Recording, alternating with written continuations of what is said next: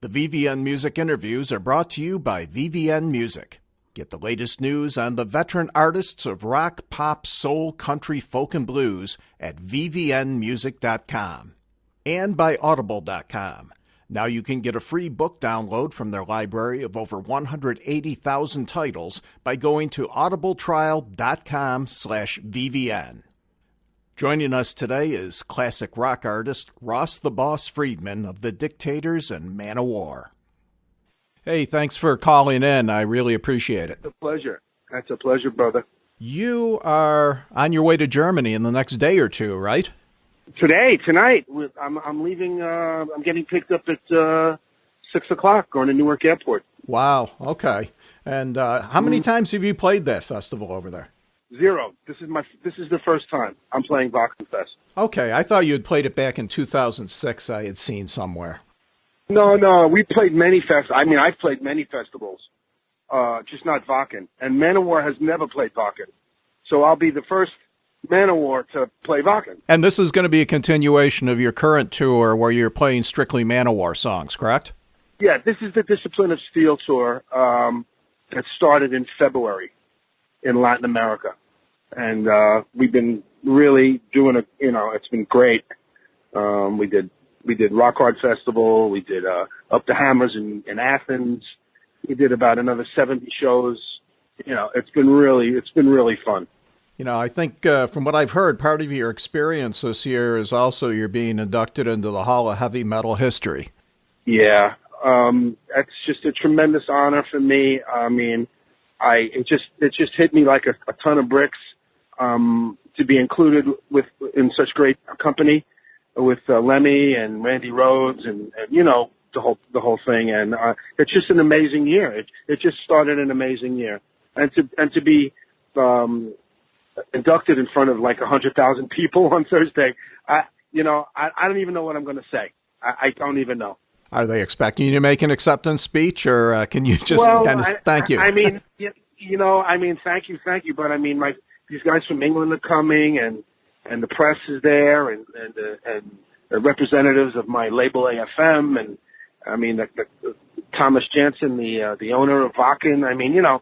So many great people that have gotten on board, not only just for me, but to recognize that the whole heavy metal history is something that's going to happen in the future, because it's such a great idea. Because let's face facts, the Rock and Roll Hall of Fame will not honor heavy metal like it should be as a genre. And there's so many great people that deserve it, musicians, songwriters,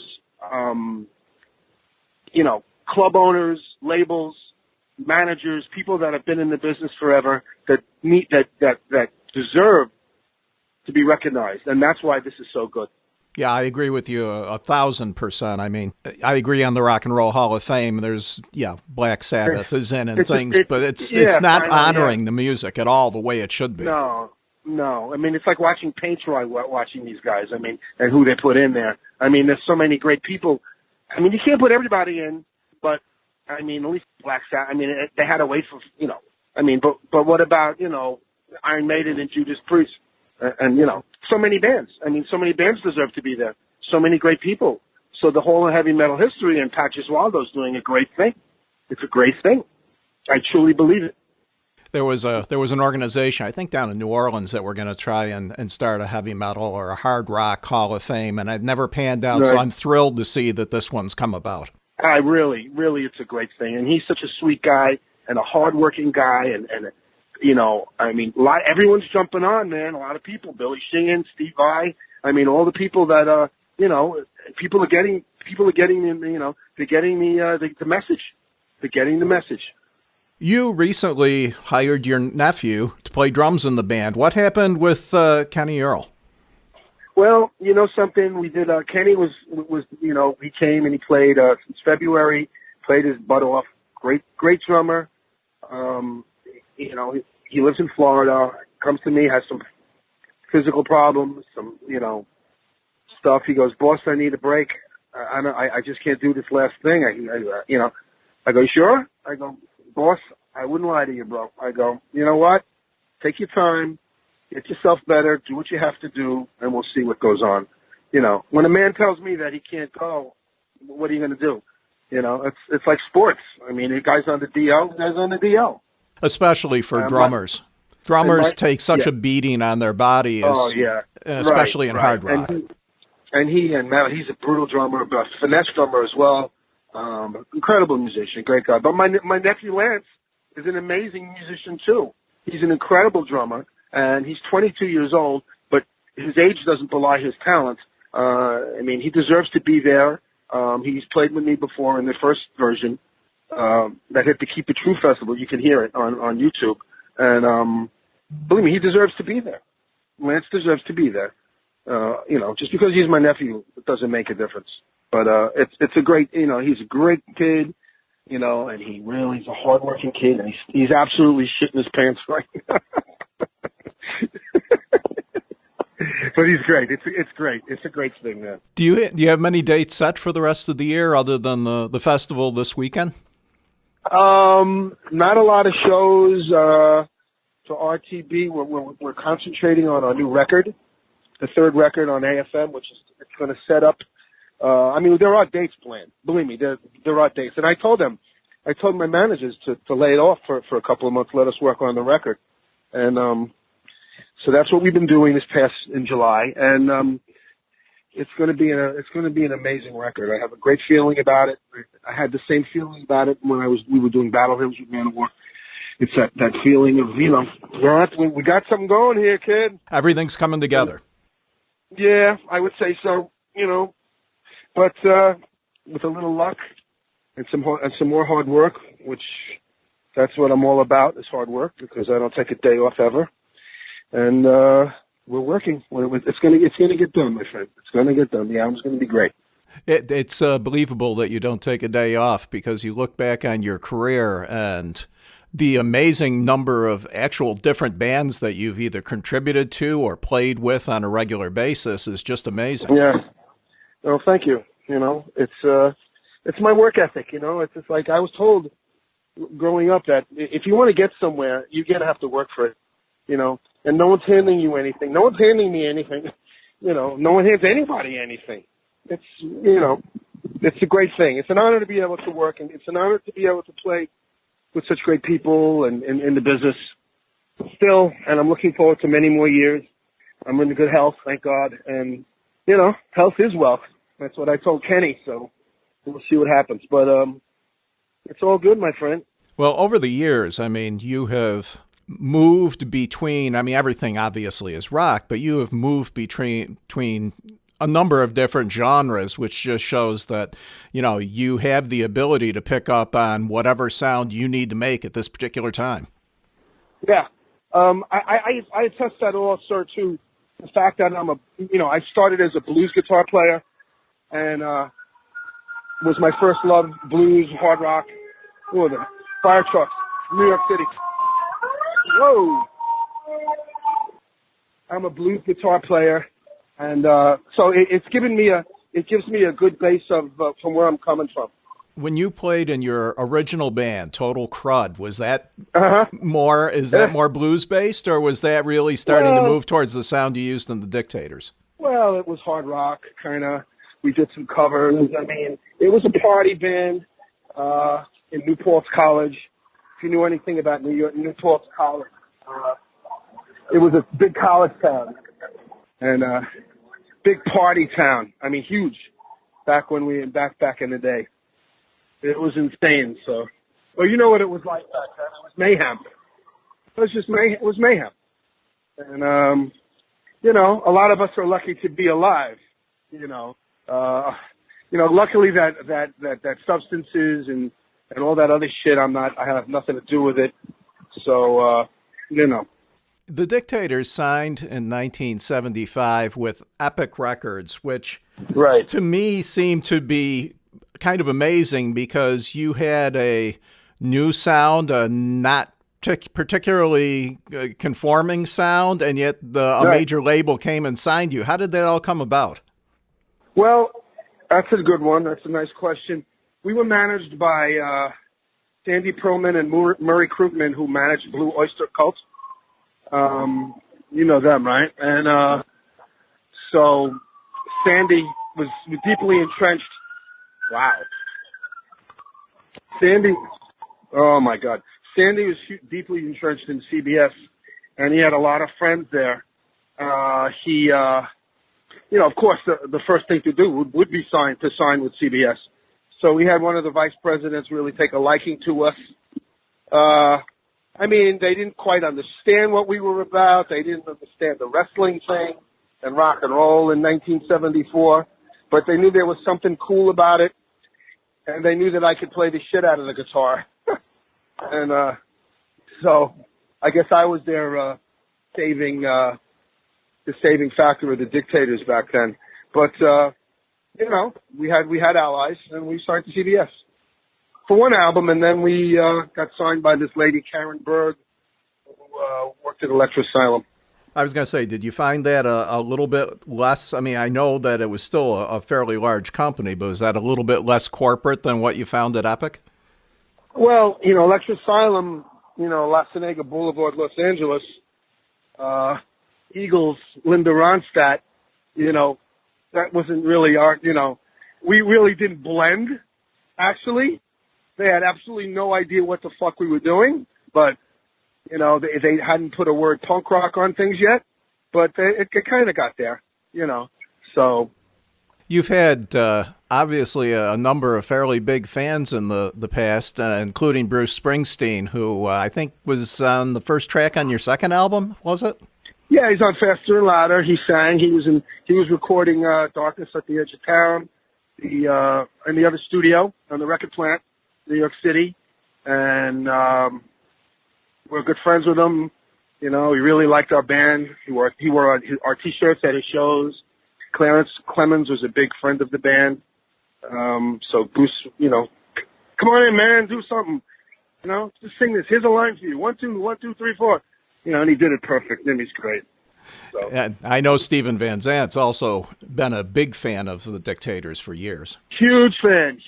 As a matter of fact, he runs Little Steven's Underground Garage at Sirius, and Mr. Manitoba, Handsome Dick Manitoba, is a DJ, and has been for many, many years. He's got his own show there. You guys, you broke up in 1979, and you went on to join, I think, a French band called Shakin' Street.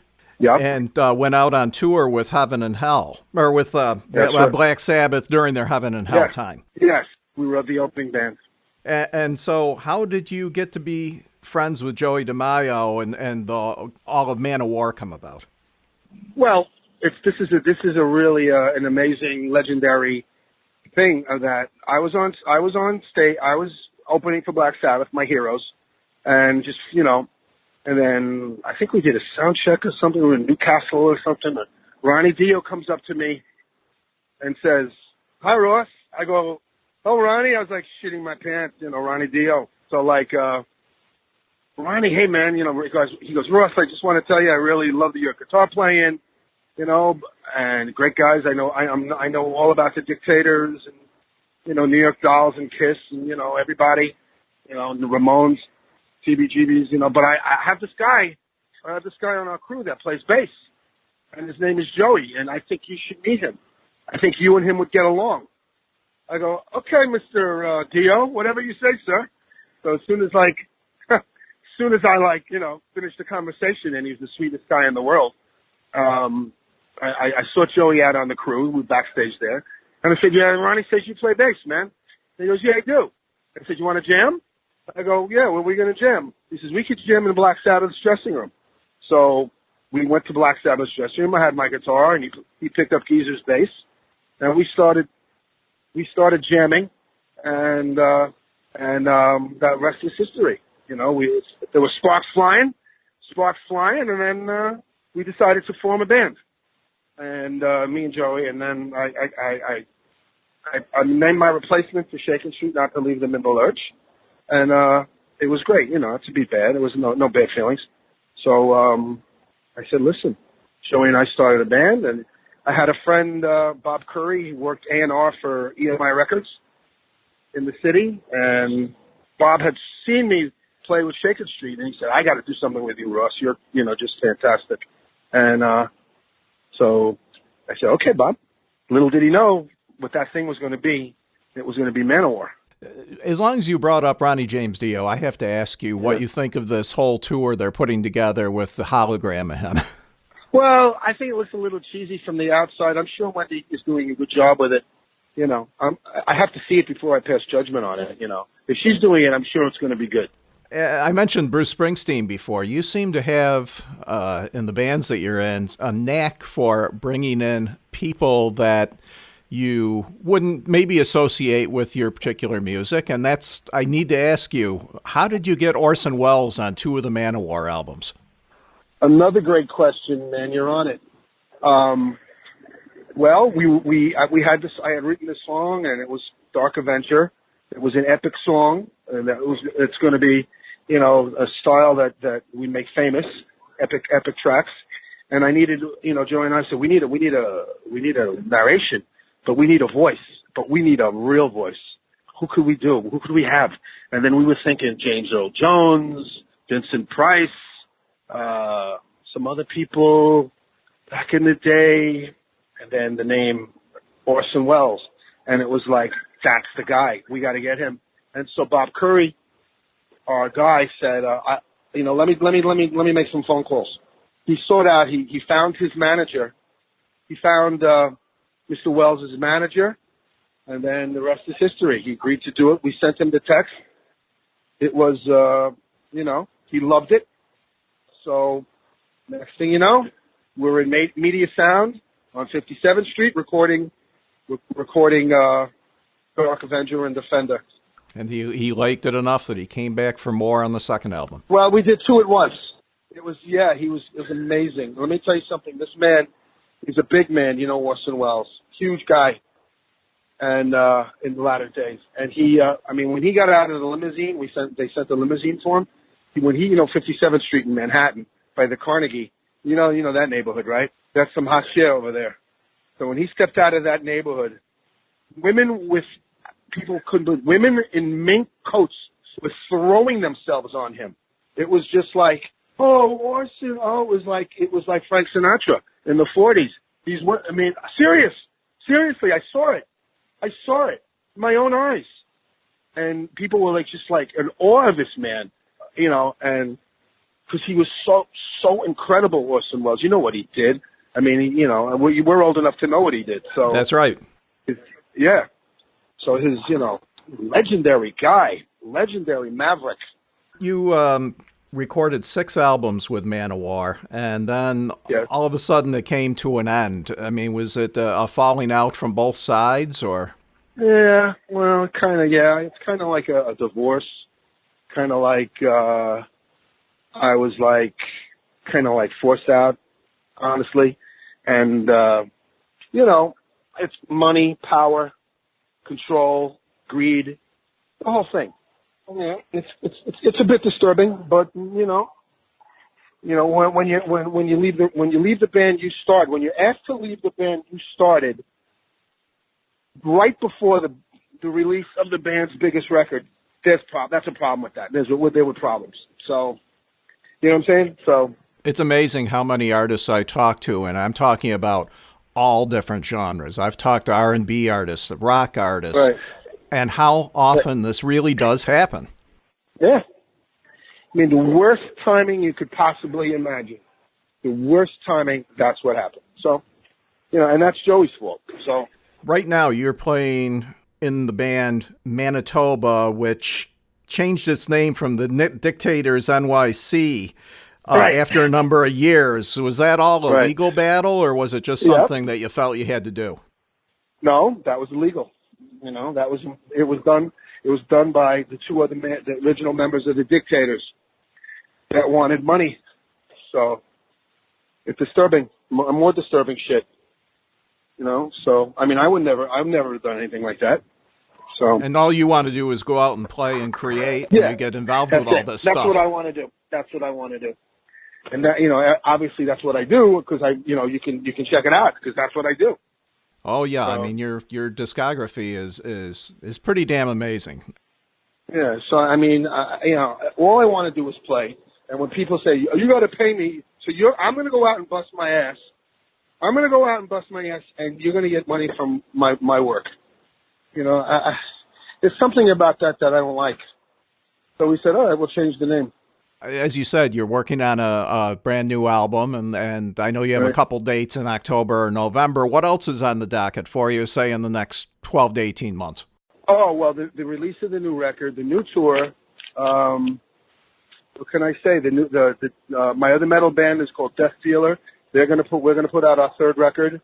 Who knows what's gonna happen with the Dictators? We're just gonna keep playing. You know, we have a November tour in Europe. So after that, I mean, it's going to be busy, busy, busy. We're supposed to go to Australia in February, New Zealand. We're supposed to we have more European stuff in December, so it'll be pretty busy.